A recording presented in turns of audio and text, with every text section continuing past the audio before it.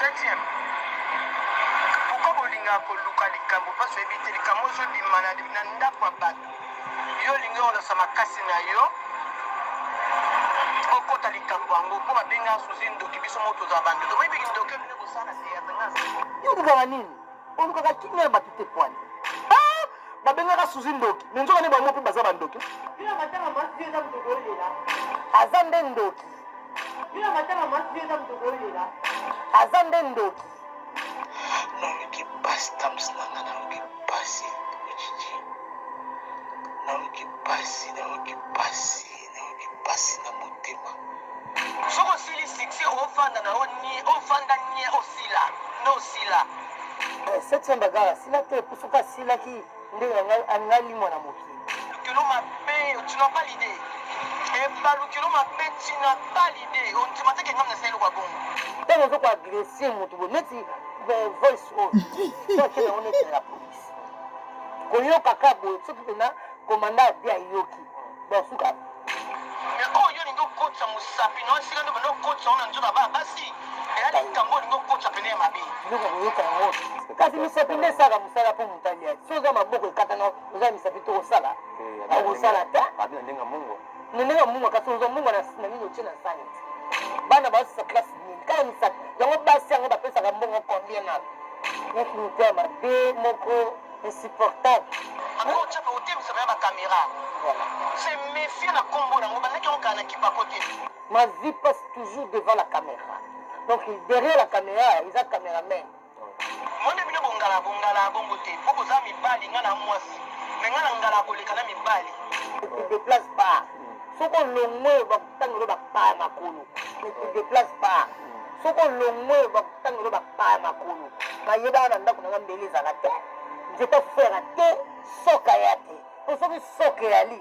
Ah, yeba ka préparer mbangu. Monde bino bongala bongo te. Poko za mibali ngana mwasi. Mais ngana ngala kolekana mibali. C'est un bagarre on a zéro la sport. Eila. Bakoluka na solo. Akutana pe eh? Bakutana. Et ça coûte bien ayabongo.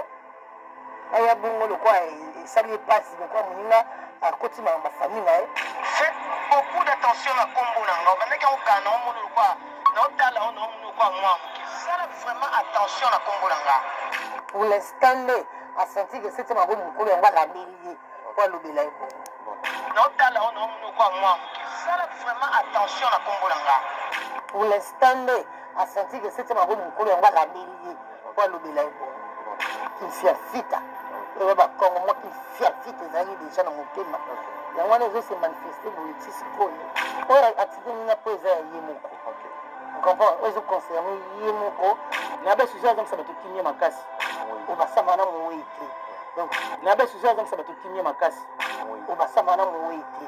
Donc ngala yebi so likambe ko ndenge bouti bandeko na ngai eza pasi pe mawa bamama mikolo ya mikolo kofi ayemba mikuli bamisu mikuli bamama boyuki koko bavoice awa elles ont plus de 45 ans bango nyonso le bana bakoko Thérèse elle doit avoir plus ou moins 48 ans et puis là pareil même si c'était une bagarre baba génération moko baza mikolo. C'est quoi cette histoire? Poni mamba soni boye. Hein? Ba mamo yo. Poni bino boa bato soni boye. Beaucoup changé était vraiment. Ezani ni on a bino. Bandeko makambo e bandi tout ko yo kapé ko mona awa yindaki mwana ya Thérèse aboko la mwana ndeko ne propre. A présenter mwana na comme sa fille et ne batnyo so babi kaka mwana inzo na za mwana ndeko naye.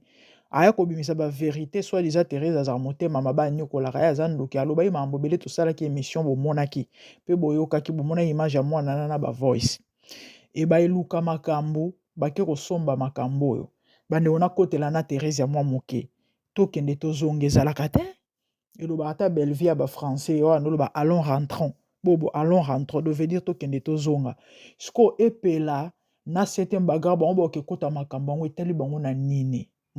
Pourquoi ka koluka kopelisa moto à ta place kimi ezalaki à ta place likambo ezalaki te bino boluka problème why so balobi pende ba kene na juste na tribunal ba kendo samba baza ba coupable et amala moté eza kitoko te bande obo tu koyoka ba voice na ba voice so boyoki epela lobby bato balanda ba théâtre certainement ba reconnaître voix ya epela voix ya septième bagarre et puis voix ya Suzy a sali ba menace et que en tout cas so ba osaka na ye amoni eloko certainement à s'adresser qui je crois na septième bagarre arondima te eloko ya kosala septième bagarre arondima te ke yende moto akosala ngo yango boyoki epela lobi ke voice wana so bamemi yango mpenza na G6 Suzy bakokanga ye pardon et paix à son âme la pauvre et comment elle s'appelle mama oyo ya basuki oyo bakoteresa bakokanga ye et puis abakisi alobi ke septième bagarre azwa kombo septième bagarre na sport donc bayoka na solo nzoto devenir bakobetana bamama mikolo na obandela mikolo bande ona ozananga molai te certainement boyoki voice epelaza mutu ya septième bagarre Suzy ye moko tous contre celle nzambe na ngai pourquoi na otanga komba Suzy ko parce que comme on est petangami na marambo koma Thérèse aza ye moko septième bagarre alobi Suzy azozangisa bato kimia et bakanga Thérèse andoki abimki ndoki ebir continuer et bamakambo ezosimba te wana nyonso Suzy azozangisa kimia pourquoi parce que aza motema mabe plein de trucs les amis yango tovanda kimia te bomoni yango bomonaka oyoka moto ya théâtre babwakeli ye mbaso po déjà boyoki bavoice ya Suzy non na kosala ya Thérèse pardon na kosala eloko moko oyo ondima te ke ngambo na kosala eloko wana boyoki bareplike ya bamisusu nde babiloko oyo bomoni babiloko oyo nde moto esalaka lobi boyoki babwakeli moto mbasu lobi boyoki bapolisi mutu lobi boyoki moto akufi liwana eza na maboko ya bato baomona yango clair te eza likolo ya babiloko babengaka le conflit bandeko place bato bazali mabe ezangaka te mais pourquoi koluka baproblème ata place problème eza te bandeko tokende tozonga ata vous-même neti likambo mpenza makambo na kati ya famille ya Thérésia etali bango na nini bake kosalela yango baémission koluka kobwakela moninga bambwakela koluka baproblème c'est méchant quand même c'est pas gentil Bible ezoloba cherchez la paix avec tous boluka kimia boa bamama mikolo c'est pas bon bosala musala moko boza neti famille c'est pas bon babiloko boya malamu te bandeko nanga conseil nga na kopesa bino wana ozananga molai te bino bato bolandaka MDGD TV bolandaka la grande vous savez il faut koevitaka baproblème mitema bato ekeseni yana mutu mususu alobaka te yana mutu mususu omona nde ezobazoba mowe yana mutu mususu mpo komona ata mususu keno oleki na makasi na bandenge moko boye neti bango wana septième bagarre azwa kombo na sport ye nde moto makasi akobeta Thérèse ntango Thérèse azolobake eloko na kosala ondima te ke ngambo na kosala yango boyebi te parce que makasi ya moto edepandaka bisika atelemeli oyebi spiritualité ya Thérèse te kaka nde bobengaki ndoki bongo so azalaka mpe ndoki ya solo epi baki ndoki ekeseni ya ndoki surtout mpe nde bozana botambola na bino mpe na kobanga nzambe te ntango babreche ezali baniki yo kansonda to flèche ekozwa yo ntango moto oloba deja ke non eloko na kosala ondima te ngambo na kosala yango yo kanti ntango mosusu okanisa ke non bokutana ye na nzela okobeta mbata lokola yo osala sport obeta ye moroto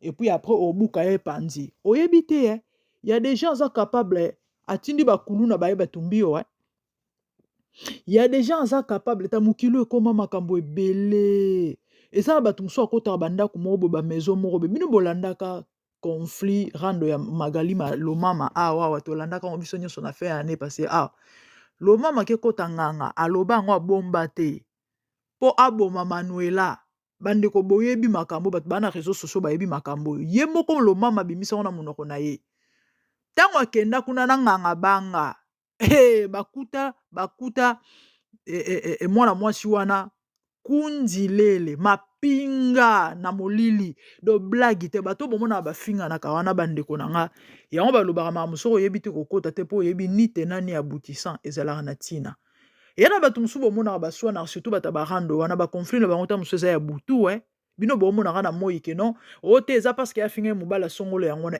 boyebi te bandeko Lomama kutana na béton esala esomo abanga retour ye moko ayeko sala video abimi na poasa ayebisi manula kitoko na lingi su rando te tikanga yo yebi oyo ozali ye pa lobi nga pe na kotika yo te na tindaki okota rando te na kotika yo te pantalon mokaba nga na yo na nami yo nde baloba na kikongo na kotika yo te na nami yo na kangami veut dire na kangami yo na nzoto par exemple donc spiritualité ya Manuela nzokande blagi te mutu musunde bomona mwana mwasi wana bakisi eza na bato oyo ya kosakana te botala bamakambo boye vraiment lobi ta boyoka moto akufi moto azwi mbaso ekomi ono eni ena ene c'est pas bon nga na yeka napesa conseil boya bamama mikolo botika makambo soni biloko bosala eso ya age na bino te vous avez plus de 45 ans bona bakoko nde boza wana